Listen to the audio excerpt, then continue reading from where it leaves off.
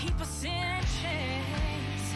By show of hands, who else is sick and tired of the same? 1% trying to keep us small, trying to keep us from getting out. Minimizing the struggles they've caused, saying we're not working hard enough. We really should stop this fighting. Otherwise, we'll miss the fireworks. There won't be any fireworks. And here we go. And welcome, everybody, to Suck It. I am the great and powerful King of Kings, Prince of all that is awesome. Derek, how the fuck is everybody tonight on this March 12th of the whole year that has been 2021? Oh, the end of the week is upon us, ladies and gentlemen. It is here. Friday is here. Thank God it's Friday. And, you know, we've been on a music kick as of late because there's been a shit ton of new releases coming out. And, you know, so we've got to spotlight them because that's what we do best on this show is spotlight new artists. We spotlight indie artists, we spotlight new albums and everything else in between, as well as the mental health stuff. So you know what? Music is on the horizon. It's getting to be spring. Lots of new releases coming up. Hopefully, you know, tours will start back up again, you know, hopefully in the summer, you know, optimistically, but we'll see. And all this new music you guys can see live. But until then, that's what Spotify and Apple and Amazon is for, and YouTube, which is no different than tonight. Tonight, I have a gentleman on with me by the name of David Ottestad, and he is the lead singer, writer, creator of the band Workday Release, and they just came out with a new single last week, and the video dropped today. Say a Lot with Light, available right now on YouTube, and I'm going to go ahead and play a little snippet of that right now, and then we'll get right to David. So without any further ado, here's a very small piece of the video. And you will see the difference, and I'll prefer your eyes, 'cause I've been holding back this secret, and I won't speak it. I've been holding back the words until I mean it. I've been waiting on. What is going on, man? What's up? How are you doing? Doing well. How's life treating you? It's pretty good. I'm busy. I'm in the thick of preparing all this content for the new record. So, you know, I'm going back and forth between video content, graphic design, and all that kind of stuff every night. But thanks for having me. I'm really excited to be here. Hey, dude, it's my pleasure. Like we were just talking about before, we went live. This is what I love to do. I mean, you know, my show centrally is a mental health themed show. Yeah. That's where the name of the show comes from. And you asked about it earlier, and I told you I would tell you. So the name of the show comes from being that I'm a bipolar guy who grew up in the 90s, you know, and mental health wasn't really accepted then. As much as it's accepted now, it's still very much not accepted. But at that time, it was completely just disregarded. And I was always told as a kid, oh, you're depressed, suck it up. So my response to them was always, suck it, you don't know what I'm going through. So Suck It Podcast is born out of that. And it's basically, you know, for anyone that suffers from mental health, anyone that ever told you to suck it up in life, you tell them to suck it. And tell the world, suck it. And that's what this show is about. That's great. I love it. But you know what? Sorry, if I'm looking over here, I'm looking at you, just so you know. That's fine. People are like, he looks away every time Derek starts talking. No, that's fine, because my camera's over here. Yeah. And then my computer's down here, so it looks like I'm looking at the computer. So yeah. Got to be used to it by now, right? Yeah. Most people are, yeah. But no, but at the same time, you know, the main way I love to talk about mental health is through music and entertainment and comedy and everything else in between. So I don't like to put the negative spin on things unless I'm bringing on like an author or a mental health survivor or stuff like that, because I really want to hammer that point home. But when I do these episodes, which is about 75% of the time, I just love talking music because music's my background. Music's my absolute love, passion. I cannot go 20 minutes without listening to some type of music.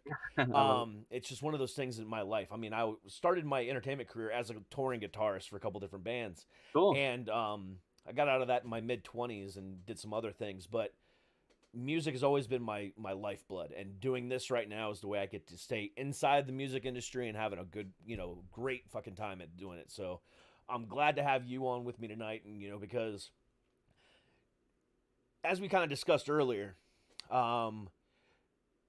my base, is usually metal guys, punk guys. Yeah. Yeah. And having you on is a little bit of a palate cleanser. Yeah. Because you are not metal, or you're definitely, like, I would say, what do you classify yourself as? Because I would say it's like adult contemporary rock. I mean, I think that's what I am. I don't know. I honestly don't know. I like to say, like, I always enjoy using the term cinematic singer-songwriter music, because I think my biggest influencers are like movie composers. And when I think about music that impacted me the most, it was like John Williams scores, in movies. So yeah, that's why I feel like I try and add a lot of atmosphere to my music, because that's something that I really, really enjoy. So yeah, Yeah. singer-songwriter is probably the core, right? But yeah. yeah. But I mean, I noticed that in watching the video today. Mhm. It really was cinematic. It wasn't just, and that's what I love about creativity in music. Yeah. Because you can take your whole band and go inside of a warehouse and shoot on 4 different cameras and do some Yeah. funny stuff, Right. and just call it a video. Right. But then at the same time, you can also, make it an actual movie that Mhm. speaks to you. Right. I remember, back in the day, had like Thriller and, all the different stuff that Michael Jackson did. He always made it cinematic. Yeah. But then we kind of got out of that once MTV kind of died. Right. But Yeah. now YouTube is like the place to go, and Vimeo for these, music videos. But, and a lot of people are bringing it back, but a lot of people just kind of still do it let's just put the whole band together and just call it a music video. That's not a music video. Yeah. It's a And you have, recording like, session.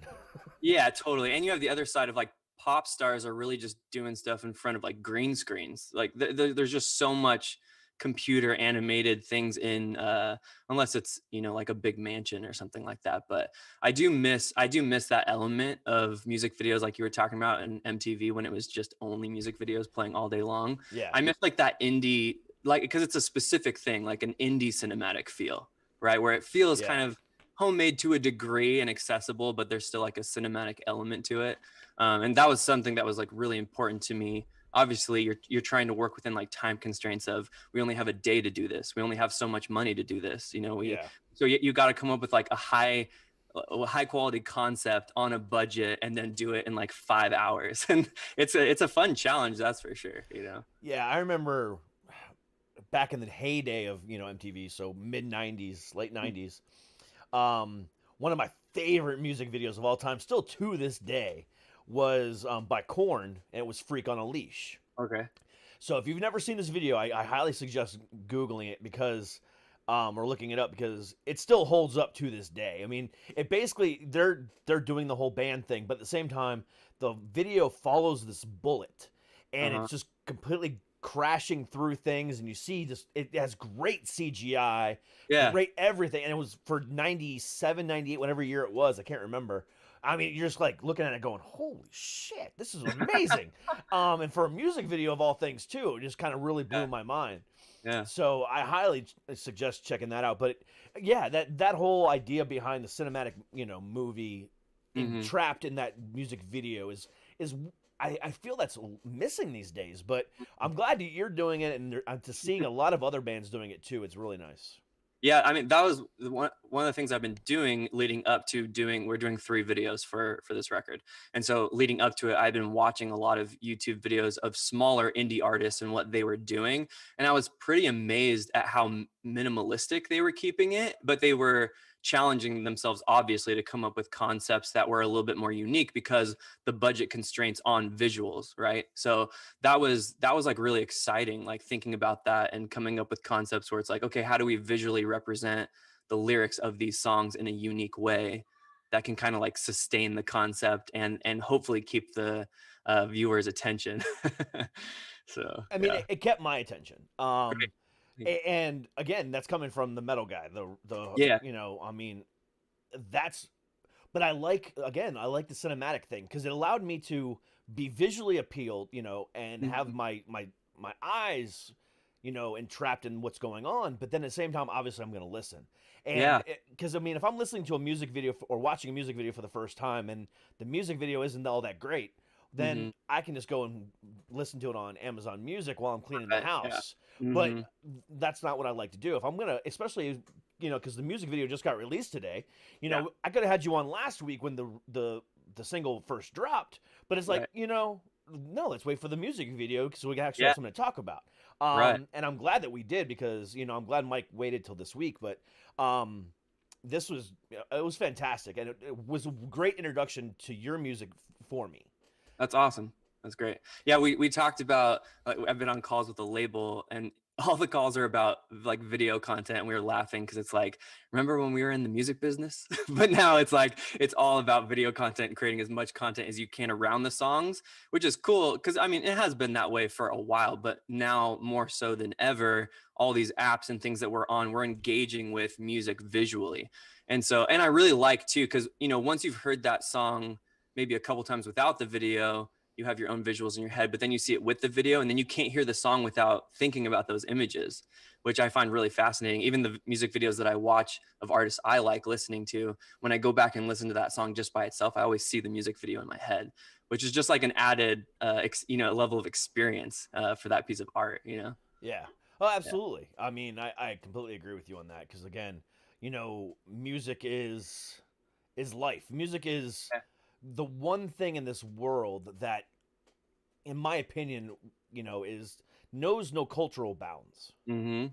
You know what I'm saying? You can go Yeah. to one of the heaviest of metal shows and see every walk of life at this place. All religion, all Mm-hmm. colors, all cultures, all everything at music festivals. And Yeah. then same goes for all, I've been to country concerts, even though I don't like to admit that, and I saw the same things. You know, I've seen the same things because Yeah. the music is a universal language. Right. I mean, I mean, I don't know if you're, how deep into, that scene you are, but like back in the late 90s, I think it was, I can't remember the exact time, but Metallica went over to the Soviet Union. Okay. Yeah. And they played, back in Soviet Russia, to a fucking ridiculous amount of people. And they all spoke Russian, but yet they were Yeah. singing back Yeah. English lyrics to people, Right. Yeah. to the band. And it was over 100,000 people were at this show just for Metallica. And it Mhm. was one of those things where again, it's amazing to me. Or like I'll watch videos of concerts in Germany, of American band in Germany, and these Germans are singing back in English. Yeah. Again, Yeah. it doesn't matter. Music is a universal language, and that's what I love about it. Yeah, I was having this conversation with somebody the other day about how, acknowledging that we live in a really extremely polarized time. And I was saying, personally, I feel like we don't really even possess the communication knowledge or know-how or whatever to talk about these issues. Like we're not great at it. We don't have like a background in education in elementary school, coming up as kids being taught how to communicate our feelings and thinking and nuance and all that kind of stuff. And so like songwriting for me personally is a space where I feel like I can do that still. It's like we can't really have these conversations about politics or religion or even trauma or like mental illness, but music and art is this place where that can happen. And people let down their defenses a little bit, and they're open to being both encouraged and challenged, which I find really, really fascinating. So that's why I think I'm so drawn to songwriting. It feels like the ultimate communication tool for stuff that I think people don't want to talk about. It really is. Because I mean, especially over the last 10, 15 years, music has become, I mean, obviously it was always politically charged. I mean, going back to, Jimi Hendrix, Yeah. but at the same time, it's become more so than ever. You know, Yeah. talking about the issues and bringing attention to the issues. I mean, especially on the mental health front. I mean, Right. there's so many anti-suicide songs, and you know, I'm going through this depression stuff. Yeah. I mean, as much as it sucks to to say this, but like when shit, what's her name? I can't think of her name. Um, Demi Lovato. Okay. Yes. When she went through all of her stuff, Yeah. it was a blessing and a curse Hmm. for her, but at the same time, it was a blessing for people like me Yeah. because it allowed. Yes, she went through a whole hell of a lot. Right. But when she came out of it, she had that, skyscraper song and all this other stuff that she did, and now she's a spokesperson for Talkspace and all this other stuff. It really opened a lot of doors, Hmm. for people to be able to do that kind of stuff. But then you also, on the other front, you have like bands like Rage Against the Machine, and you have System of a Down, and all these other bands that do the political side of things. So Right. those doors were opened by Jimmy and the Beatles back in the 50s and 60s. But Right. now it's becoming more predominant, especially in the climate that we're in. Over the last 12 months, Black Lives Matter, suicide rates higher than ever, divorce rates higher than ever. Mhm. The virus obviously number one, but on top of all of that, our leaders are sitting in the government, sitting there saying, "I don't give a shit about all that stuff. I just want to win my seat last year." That Yeah. was the whole thing, and it all went to the wayside as far as people's views on it, and but musicians and actors and actresses and comedians, those were the ones that were keeping the issues alive because Yeah. the politicians were all trying to squash it, but Yeah. And they're artists constantly were, being told to shut up by people like politicians. It's like, this is your job, like, but it's always been art that's led the way, yeah. which is it's just the reality of it. But But within the last, it's always led the way, yeah. absolutely. But I think in the last 13 months, 12 months, it's become very apparent that is how it is. Right. I think that window is wide open now. We realize people are like, oh, yeah. Yeah. We've been listening to it this whole time, but we didn't realize Mhm. that the biggest source of influence and the biggest source of, content within that industry is music and everything else like that. It's just Yeah. amazing. Yeah. Absolutely. I agree. And I'm glad that people are out there, making those changes and making those stands because it's a positive thing. Yeah. Uh-huh. Yeah, because it starts with acknowledging it, and that's what's happening, which is great. Like you're seeing that more than ever be the focus of our conversations, right? Like how we're feeling. Because it's a reaction against the other side, which is being told to shut up about how you're feeling, like don't express that. It's better if you just push it down. And then we've seen what happens when you do that, when you ignore those things. It doesn't go away. You have to deal with it, and there's Yeah. always consequences for ignoring those things. So yeah, I see people like pushing back against the conversation or against you know whatever, people expressing their feelings. But yeah, we have to acknowledge that it's like this, it's messy. Like it's just going to be messy, like because for so long we've ignored all these things, and now we're starting to acknowledge it. And it's not going to happen in this like clean, perfect way, right? We need to just open the floodgates and have people dealing and with these kinds of things and acknowledging these kinds of things. And of course, like young kids, and it doesn't have to be age specific because anybody can deal with these things, but people need people like artists and songwriters and movie filmmakers who are able to express these things and validate the consumers, validate people who are struggling with these, that don't have an outlet for this kind of expression. And that's something that I see too with songwriting is when I go through something and I'm able to articulate that through a song or express it, it's like you leave a piece of like hope or overcoming redemption behind for somebody else to come along and say, that's exactly how I feel. You know, I didn't really know how to think about it, but that's exactly how I feel. And you're hoping that it's going to be like this piece that somebody else can grab onto to move forward also, right? If that's how I've felt, it's like I've been able to move forward, and here's like this piece of my story, and so that's something I've included in my bios everywhere, hoping that people will reach out to me, because one of my favorite parts about the Workday release is everything that doesn't happen publicly. It's all these messages that I get sent with people offering up very intimate details about their lives because they heard a song I wrote 6 years ago. And they're like, hey man, like, you know, I was going through this thing and I listened to your song and it made me feel better during that time. And it feels like a responsibility to then connect to a responsibility I enjoy to then connect with that person and say, I'm so sorry, that's so hard, you know, because most people are what you're saying, they're going to be like, suck it up and get over it. That's one of my favorite parts about this is all those messages that I get to be a part of and friendships that I've made because of songwriting. It's such a unifier, like you were talking about. Yeah, I mean, like in my personal experiences, like I had a suicide attempt back in 2018, and if it wasn't for because I was driving in my car and my goal was to drive off a cliff. Mm. If it wasn't for a certain song that came on the radio, Wow. just as I was pressing that gas pedal, Yeah. you know, I wouldn't be here. Wow. So it's like, you know, music is exactly what you just said, you know, being able to connect with that singer-songwriter or that band or that group or whatever on a personal level, and in your mind being able to translate it to your own personal, you know, issues that you're having, right. and being able to use that, you know, as a mediator to help you, you know, better yourself. Right. You know, if it wasn't for the band Bad Flower and that song Ghost, I was gonna say, what was the song? it's a song.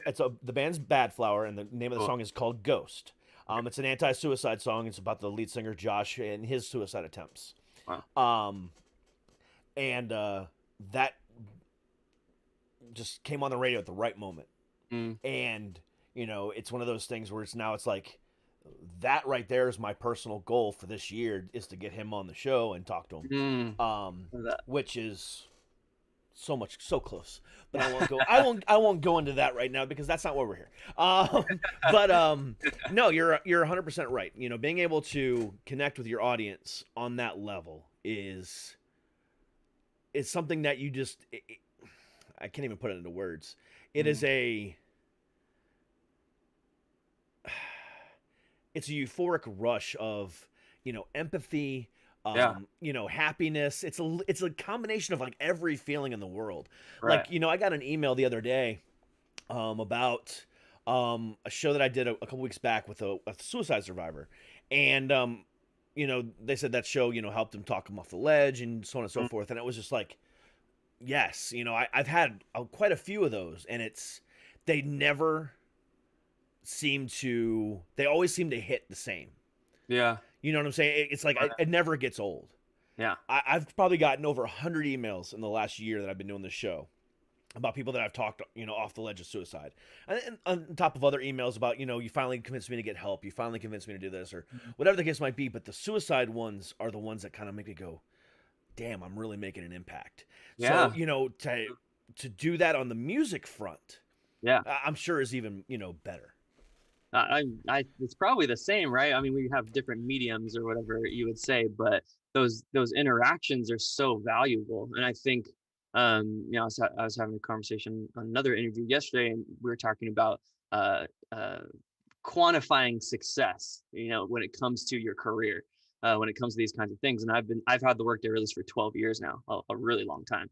And I kind of refer to it as my quiet cul-de-sac of the internet. Like it's this place, you know, where I kind of do my thing, and have really enjoyed it. But I said, like, the reason why I'm so satisfied now, especially, has nothing to do with numbers or goals, because I've been doing it. Like I've learned to really put my value in those conversations and the people that are listening.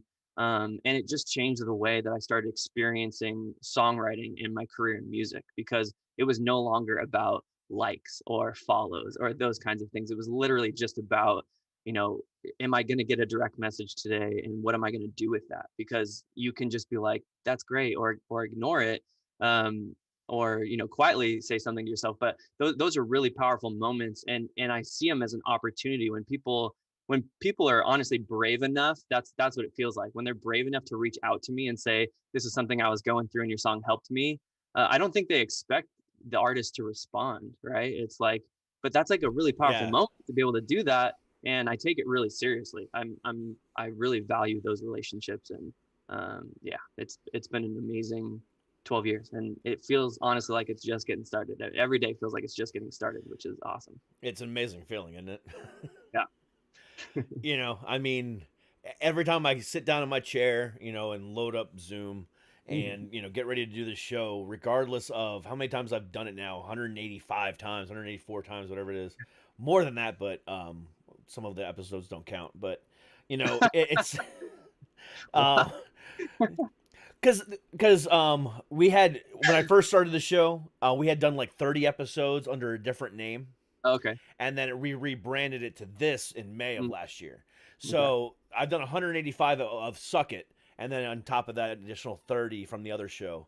So we've had over 200 episodes, but I'm only counting these. Right. But either way, it feels like the first time every time. Yeah. It really does. And I still get those same butterflies, regardless of, is this a huge superstar or is this just an indie guy? Or whatever. It doesn't matter, because it's the whole reason why I do this show is to be a megaphone for the issues, or to be a megaphone for a story, be a megaphone for the funny, whatever it is. This show, I use it as a megaphone to tell a story. And I could give a shit about likes or, anything else like that. Yes, I can sit here and say, oh yeah, 9 million downloads in less than, in a little over a year. Fantastic. Yeah. Right. But I don't give a shit about that. I care about those 100 emails that I got about the suicide attempts. Yeah. That's what matters. Just like what you just said. That's what matters. So a couple weeks back, I did an episode in a way that I've never done an episode before. I actually brought somebody on that I don't agree with their opinion. And I did it just to be a little bit different, hoping that I was going to spark some controversy, which is exactly what I did. I did it with the whole intention. I mean, the whole idea of this episode goes against everything I've ever done.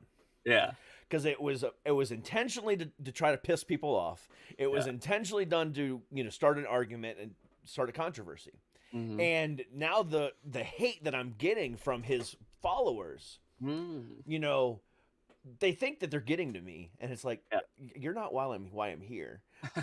I did this as a game because I thought it was gonna be funny, and it is funny. But the other people that download my episodes and actually I help, that's what I matter. But you're 100% right. It's hilarious to me that some people think that, oh, I'm gonna downvote this and he's gonna care, or I'm gonna go ahead and leave a nasty comment and that's gonna make him mad. Yeah. No, I just laugh at you. Yeah, I mean it's like in all those situations, because I have a no reply. I'm not on Facebook, but I have a no reply policy to those kinds of things, because the best thing that you can do to someone, you can do in response to negativity is just kind of let it sit out in the air, because that's what, like, crazy people, they're just trying to get you to respond, so it's like the best thing you can do is just let them speak their craziness out in the air and just let them sit with it. And don't validate it, don't respond to it. See, I have the opposite. Well, people are different. I respond in the most sarcastic, way possible, and just make them realize that what they said means absolutely nothing to me. So I'm not gonna go into, because I'm really done, spouting their bullshit. But one of them was like, if you don't believe this, then you're just, indoctrinated into your own beliefs. So just continue reading your own script of, cognitive dissonance and blah, blah, blah, blah, blah, blah, blah. And I'm like, and my response to them was, a script? Is it for a movie? Am I the lead? And just kind of went with that for like a full paragraph of, oh my God, I can't believe somebody's offering me a movie role. And the guy just came back with like, whatever. like, dude, come on. Like, I don't know how to respond to this. So. Yeah, exactly. And that's what I love to do, because, because now along with this show, and prior to the show starting, one of the main reasons why, other than talking about the issues as far as like mental health and stuff like that goes, one of the other reasons why I started doing this show is because I was trying to help my stand-up comedy career, because I started doing stand-up a few years back, and trying to broaden my horizons. And I figured also with the the pandemic and everything, I'm like, okay, I can start building my audience. Therefore, if I do go out on tour, I start have a little bit of a audience outside of where I'm from.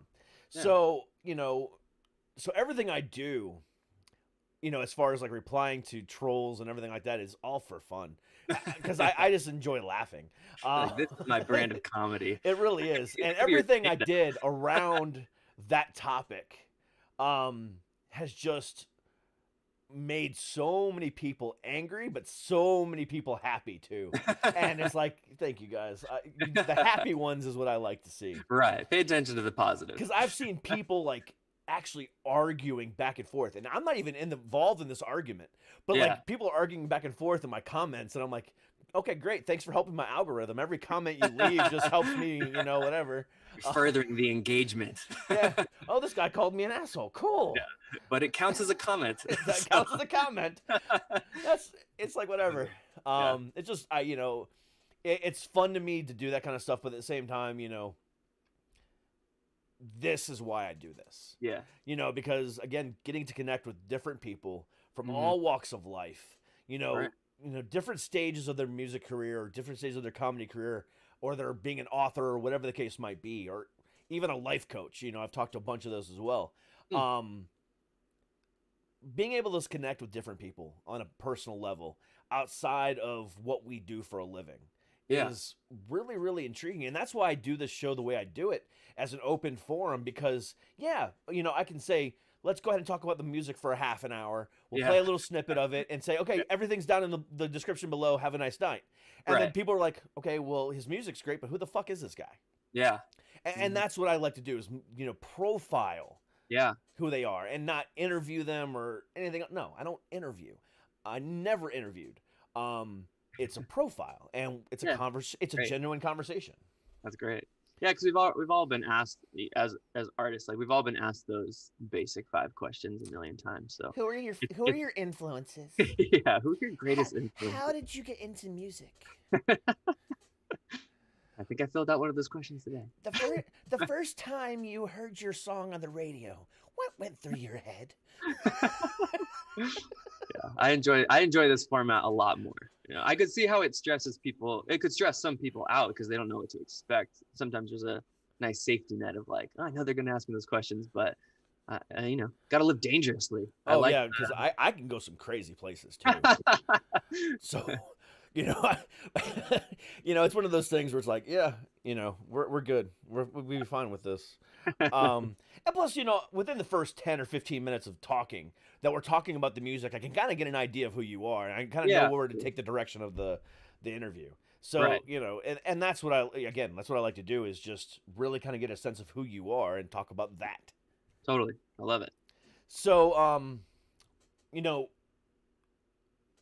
this one has been a question I've asked a lot of people, and I know a lot of other people are asking this as well. So this is the standard question, but with everything that's happened over the last year, there's been a lot of artists that have decided, no, I'm not putting out new music until I can tour. Why did you decide to put out stuff now? Yeah, well, I've stopped touring, back in 2013, so long ago. It was pretty exhausting. I wasn't doing it in any kind of way that was really justifying the financial side of it. And the Workday Release kind of turned into what I called like a songwriting project. So if you look at my bio, it says like, it's not a band name. Like I don't wear it. I'm not the Workday. It's only me, right? It's like, there's not a band. I'm not the Workday Release. When I do play shows, I'm not like, hey everybody, I'm the Workday Release. I started looking at it as like a space. Like the Workday Release is this space where I go to contemplate, where I'm at, where I want to go, things that I'm thinking about. Sometimes it's literally just a challenge for myself. Like I did a record called Songs from a Sketchbook, and I did part 1 and part 2. In part 2, I wrote short stories first. So most of my lyrics are written from personal experience. It's about what I'm going through. But for Songs from a Sketchbook part 2, I wrote short stories around a common theme of isolation. So the first one was a cowboy, he was an outlaw in the Wild West, who is like, had gotten away with all his crimes he had committed, goes through a small town, falls in love with this woman, feels that he's not worthy of her love because he has committed these crimes. And so he banishes himself to a life of wandering because he feels like that's justice being served because the law never came after him. So I write a short paragraph about what this story could be about, and then I adapt it to a song that I try and make specific enough to the point that if you read that story, you would understand that that's what the song is about, but general enough that you could kind of read your own life experience into it. And then there was another one about like an astronaut who had been in space for a year and was about to come home. And so like, what was he going through? There was a song about an invisible boy who was in love with a girl who couldn't see him. And so he like writes a song like to her, tried to like win her over. And so like the Workday Release has been many different things. And I started moving away from this idea of, because I didn't think that social media was honestly great for my own mental, state. I didn't like what it did to me. I didn't like that I became so focused on likes and follows. And so I just said, you know what? I'm not going to worry about touring. I'm not going to worry about social media. I'm just going to write and release music. And that was coming off the backside of doing a record that had a pretty big budget attached to it, and it didn't do well. And so then I went to my friend who was a bedroom producer, and I was like, hey, how much would you charge me if I came over and just did like 2 or 3 takes of acoustic, 2 or 3 takes of vocal, and we just kind of put it together in an hour, and then I released it the next day. And he was like $50. And I was like, okay. So I wrote some songs and I did a whole 10-song record for $500. And I set this challenge for myself of releasing 1 song a week for 10 weeks. And that was when I was going through to come into, my own experience with mental health. It was when I was going through like the darkest time in my life. I was 25, 26, and I just couldn't see outside of the dark. I was so heavily depressed and didn't know how to deal with it. And so I kind of what I think is I like wrote myself out of that. It was almost like journaling every week. And I remember the day that I woke up and I didn't feel the way that I did, for the past couple weeks and months, really, because they came on the end of that time. And I wrote this song called Sunlight. And that song for me, like I don't have a song that I listen to that encapsulates that time, but I wrote this song called Sunlight that is actually on the new record as well, because it's so important to me. But it was that feeling. I got out of bed one day and I was like, I don't feel that way anymore. And I want to write about what it's like to feel redeemed, or, that kind of experience. And I wrote that song 20 or 30 minutes, and I can't play it live without crying. Like every time I just tell the audience, I'm going to play this song, it's going to be terrible, because I can never get through it without being emotional, because it's still, when I play it, and I've played that song hundreds of times, every time I play it, I'm, taken back to that feeling. But yeah, so that's what the Workday Release is for me. It's a space for me to think and process. And it was really freeing to start thinking about it that way, rather than I'm a band and I have to do these things and I got to be on social media and I got to, be checking all these boxes because I'm in pop, and that's what you got to do when you're in pop. And the more I started thinking about it, like I said earlier, the more I started thinking about it as a space for me to go to write and release music consistently, to put it out, and then to connect with people who see pieces of their own stories reflected in the songs. I was that it's been 3 or 4 years now where really that's been my definition of it. And I've felt so differently about the project since then. And so, yeah, I wasn't a touring artist. To come after a very long story back to your question, I wasn't focused on touring. I got the opportunity to make a record with Enci, the label that I'm on, and I was like, I'm ready to go. Like, I'm putting out 2 records this year, one under the Workday Release, and I have another project called Closer. And so I have 2 full-length albums coming out this year, because I'm a writer, like first and foremost. I'm a songwriter. I write a lot and very quickly. So I have something like 60 songs on Spotify right now, 65 or whatever. But then I have 2 full-length albums coming out this year. So it's ideal for me to be during this time of like downtime and now coming out of this season to really just be focusing on, I want to give people a ton of music and I want to do it really well. So yeah, I'm excited. Well, shit. I think that's a great damn answer. But on that note, we're going to take a quick break, and we're going to talk more about these 2 albums that you're going to release, because Right. I have some things I want to talk to you about, but we'll be right back. Cool. Tonight's episode is brought to you by BetterHelp. BetterHelp is an app that allows you to, 24 hours a day, 7 days a week, 365 days a year, connect with your therapist to make sure that you're getting the best help possible.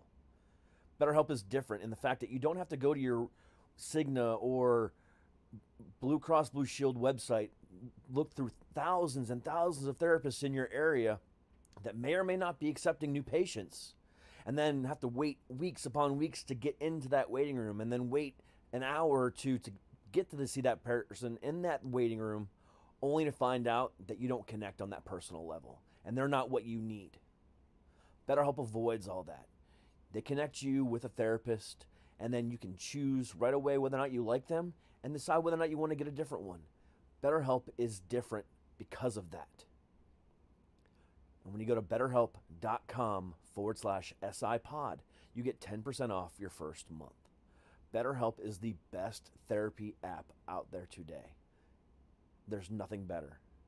And I'm so grateful to have connected with them, because I use them. And as someone who speaks from a mental health perspective, who has bipolar, it helps me every day. And I hope that they can help you as well. As a matter of fact, I know they can.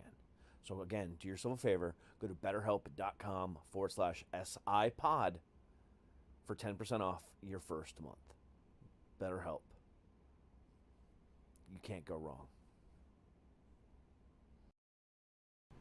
Hey guys, have you ever wondered how you can help support the channel and look cool at the same time? Do yourself a favor, go to dckproductions.com/shop and get yourself some of the coolest apparel out there.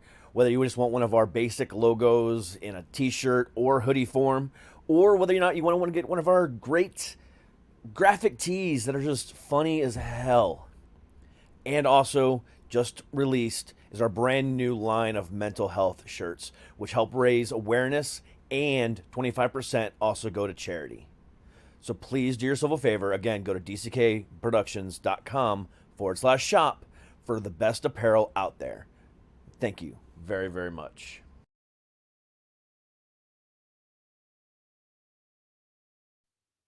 All right, we're back. Thank you very much for patience while I plugged some things. But so all right, so let's go back to what you were saying before. Mhm. So you've got 2 full-length albums coming out this year. Yeah. In today's day and age, like we were talking about earlier, everything's digital, obviously. I mean, yes, vinyl's making a comeback, thank God, but CDs have pretty much gone the way of the dodo. Yeah. Some bands are trying to bring back, cassette tapes, which I think is pretty funny too. But other than that, I mean, it's strictly digital. Mm. And we all know, thanks to TikTok and, everything else that's going on in the world, our attention spans aren't what they used to be. Yeah. No joke. So, and especially when it comes to music, because you can customize your playlist on everywhere you listen and get 50 new songs, without even having to download them. You just stream them, because everyone has unlimited internet these days. Yeah. So, it doesn't really matter. And now, so people are just listening in pieces. Why still stick to that album format when that is, with the way people think these days, why is that still a priority for you? I have thought a lot about this recently, so I'm glad you asked this question. So when I told you about the music I'd been releasing before this, I was releasing those in single format. So I only made them records after I got to 10 songs, and then I would group them up and give them a name and put them up. And so what I found was that, okay, well, first of all, this is the part that matters most. I, as a consumer, as a music fan, like albums. I'm a fan of albums. Like, that's what I'm after. Like, I want that one record that has a really cool vibe from start to finish, and there's definable songs where I can hear a songwriter sitting at an instrument, and I want to play it from start to finish without skipping once. And it's very rare that I have that experience. You know, it's like that's what I want.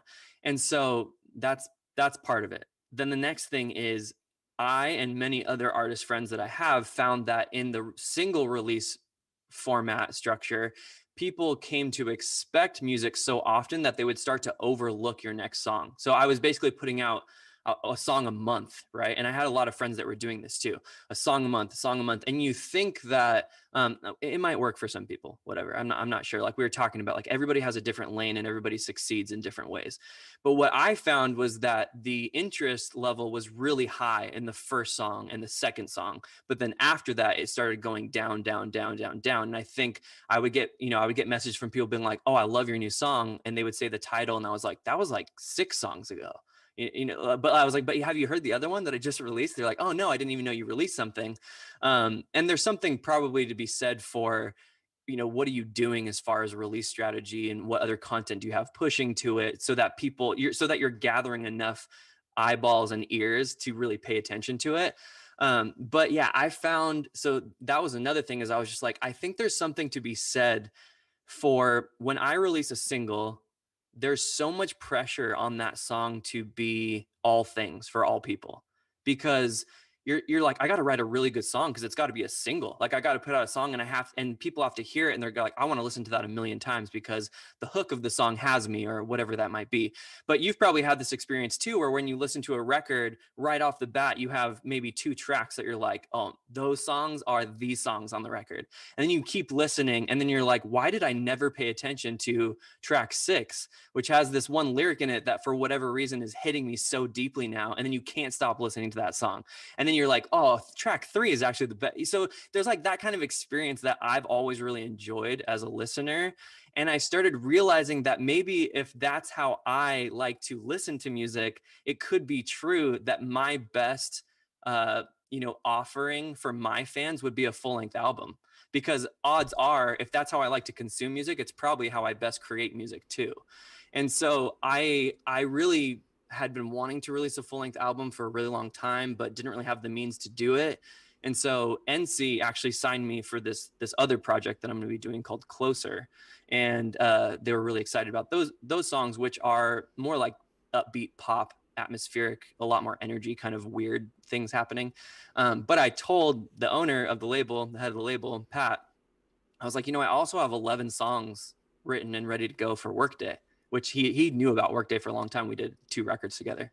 And I gave him a budget. I was like, I could do this record for so cheap. Like I'll produce it myself. So, you don't have to pay a producer, and I'll just do studio costs only. I'll hire an engineer, one of my friends, have him mix it too. So I kept the cost really low, and he was like, go do it.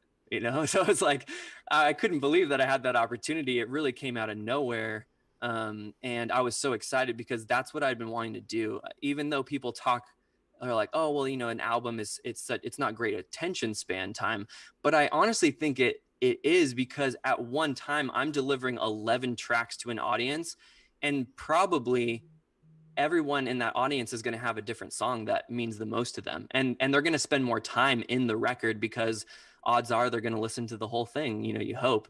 And I think it just helps the conversation continue, rather than I put out a single and 100 people think it's the best thing they've ever heard, and 800 people are like, and skip, and they move on to the next thing. Right. Odds are maybe those 800 people would like track number 2 more than track number 1, which was going to be the single. So that's I'm really excited to deliver an album, because that is how I like to consume music first and foremost. So it's like, I finally get to deliver this thing that I think is so detailed. It's like, I've never made a record like this, honestly.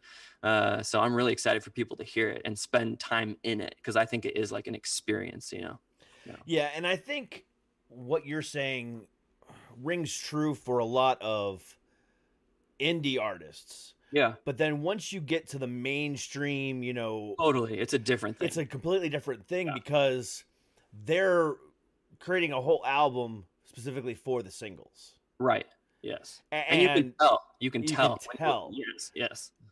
But, so I think for a long time, people have gotten out of that habit of listening to 5, 6, and 7 when they're only there to listen to 2 and 8. Yes. because those are the singles. Right. Because 3, 4, 5, and 6 are all phoned in. Mm-hmm. You know, it's just whatever they had from a week ago that kind of sounded good. Let's go ahead Yeah. and put it's maybe a good riff here. I don't know. Yeah. Yeah. But when you take the time and actually effort to put a whole album together and put as much effort into every single track as you put into the single, Mm-hmm. that's something special. Yeah. And that's why I've kind of gotten out of that habit of listening to albums cover to cover, Mm. unless it's a concept record. Yeah. Totally. If it's a Yeah. concept record and it's a concept I want to pay attention to, Mm-hmm. I will listen through the songs that aren't that great. Right. Because you're experiencing the story. You don't want to miss out. Correct. Yeah. One of my favorite bands is a band by the name of Coheed and Cambria. Yeah. And with the exception of one or two of their albums, everything they do is concept. Right. You know, because they also do storyboards and comic books surrounding the albums, and it's all inclusive. It's so amazing. Yeah. So every time they put out an album, you know, if I want to listen to one song, I don't say to myself, "Oh yeah, I'm gonna go listen to that one song." Mm-hmm. No, I listen to the whole fucking album just to listen to that one song, because it hits differently when you hear Right. the transition and you know it's coming, and then it's Yes. boom. And it's But- context. Like that's the, it's context. Exactly. Yeah. But then at the same front, when you have an art like, you know, an album like you're putting out, Mhm. that you know for a fact, regardless of whether it's concept or not, Yeah. that still flows and it still has that same effort. You can Right. tell. Just like Yeah. you said before, with that whole they're making an album just to make singles. Right. You can tell that, but at the same time, on the opposite front, you know they're making an album to make an album, and Yes. and I miss that because that it doesn't happen anymore. Yeah. And I know for a fact, like the head of NC, Pat, like that's his passion. He loves records. Like that's just who he is, and managing bands like Green Day and Goo Goo Dolls and All American Rejects and Weezer back in the day or whatever. Like you can, that's his passion. Like he's putting together records, like not singles and that kind of thing. And yeah, I mean, you can tell, oh man, it frustrates. I mean, I like a good pop song.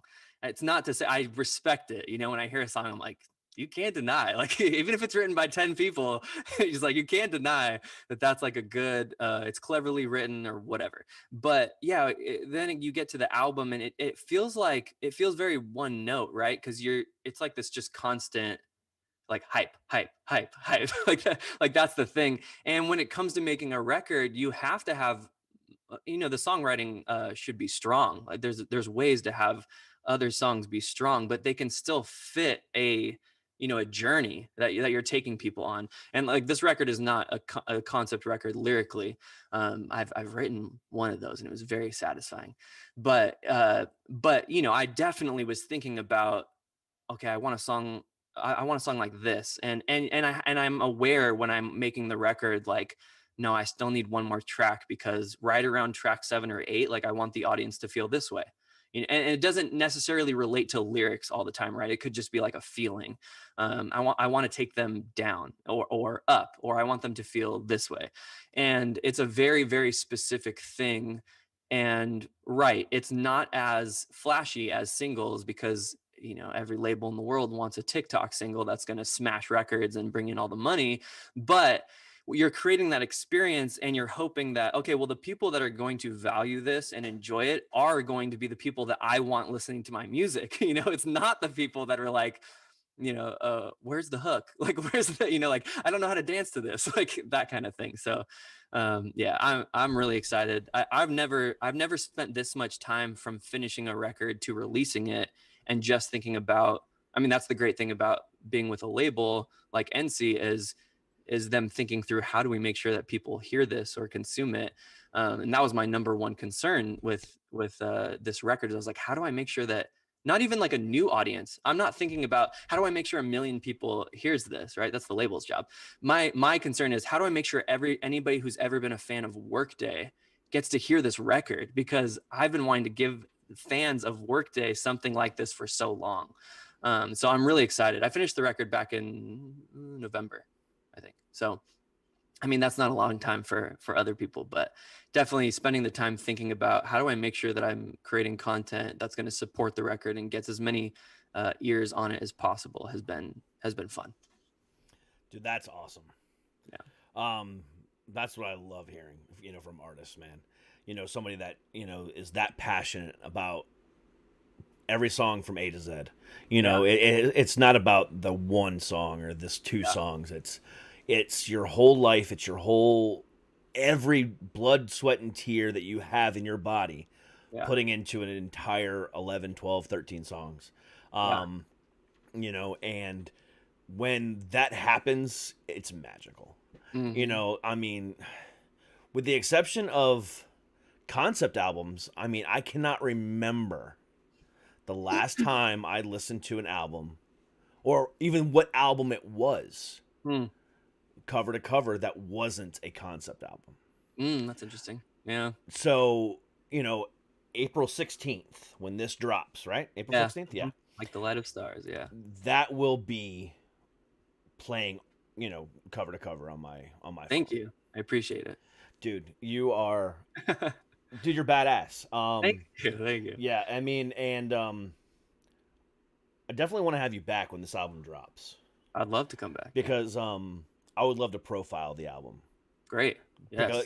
Pick 2 or 3 of your favorite songs and talk about them, and play them on the show, and really kind of I got a lot of those coming up too, so guys, prepare for those, because I think I have like 6 or 7 of those that I'm doing.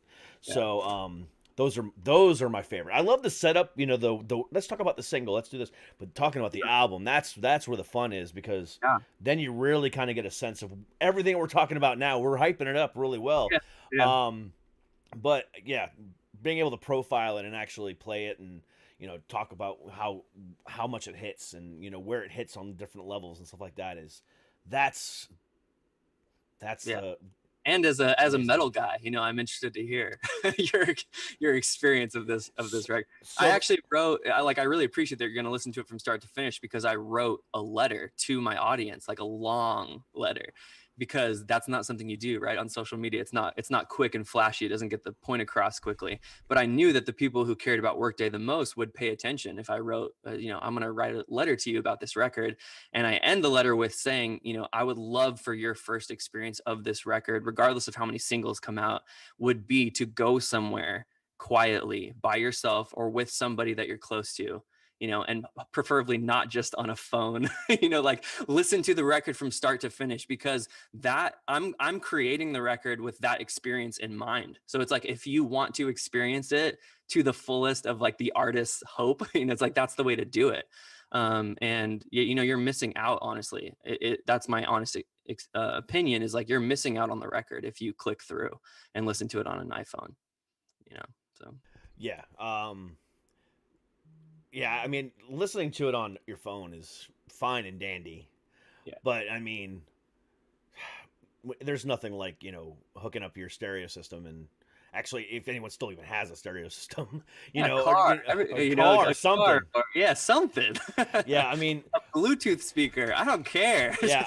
I mean, connecting to my TV, I have a new Amazon device called the Amazon Echo Studio.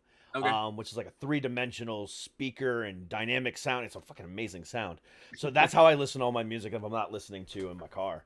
So awesome. I'll definitely be listening to it on April 16th, and we'll be going from there, man. Because you are one of the few that is just like, I can say, is a special talent. You know what I'm saying? And there's a ton of talented people. Don't get me wrong. But, sometimes it takes 4 people to find that special talent. You know what I'm saying? A good band is good because they're a band and they play off of each other and stuff like that. Totally. Yeah. So, but finding a solo artist that can do it all and the right way, that doesn't require 10 different writers and 10 different producers and 5 different mixers and this and that. When you find that, like, it's very, very difficult to find. And I'm so glad that I found out about you, and I'm working with the PR people that I'm working with in order to be able to find out about people like you. Because when I saw that email come through the other day, and I was like, I got to have him on, and I watched the video today, I was just like, I was taken back, man. It was just, like I said, it hit me on a different level.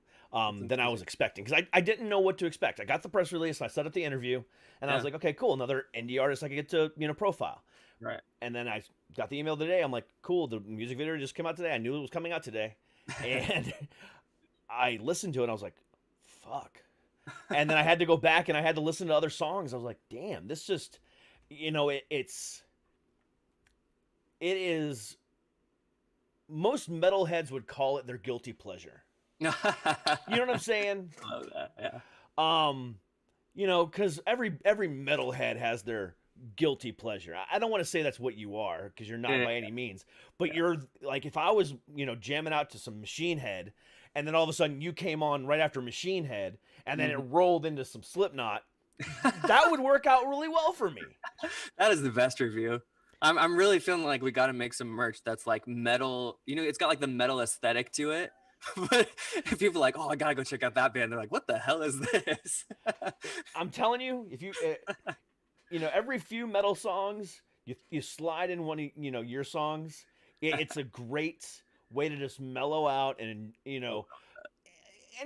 I'm joking around, but I'm being serious at the same time, because it hits differently. A good pop song or alternative rock or contemporary rock, whatever you want to call it, a good song is so hard to find. And that's why I stick with the metal scene. Yeah. Because there are just 4 or 5 people putting that album together. Right. And then a producer and a mixer. So maybe 7 people tops. Right. And there's not all these people, putting their hands in the pots like they are in the R&B and the rap and the pop world.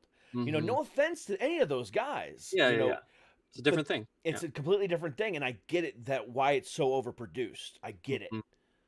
But when you come to this side of the rock world, and the even some parts of the the indie pop world or adult contemporary or whatever, you get a few of these artists that you can really latch onto, because you can hear that it was their soul put into every song, and I can definitely feel that with you, man.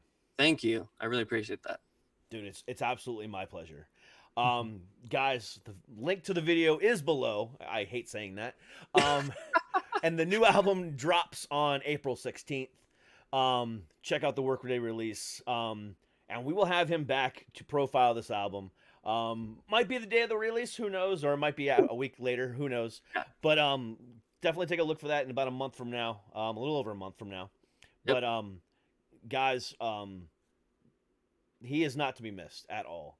If you've never heard of the Workday Release or David at all, click the stuff below. Trust me, cool. You're not gonna want to miss it. Thank you for the plug. I appreciate it, dude. That's why you're here. That's why I'm here. We're gonna plug your stuff. Please listen to me. we're gonna plug it sporadically, but again, we're here to find out who you are as an individual, and I think we did a good job of that tonight.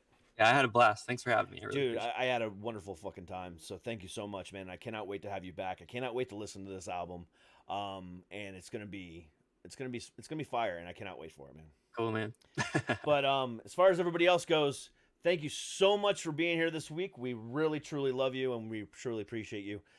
Come back again next week for more of the show and for more of the fun. But until then, stay happy, stay healthy, and as always, stay heavy. We'll see you guys later. Peace.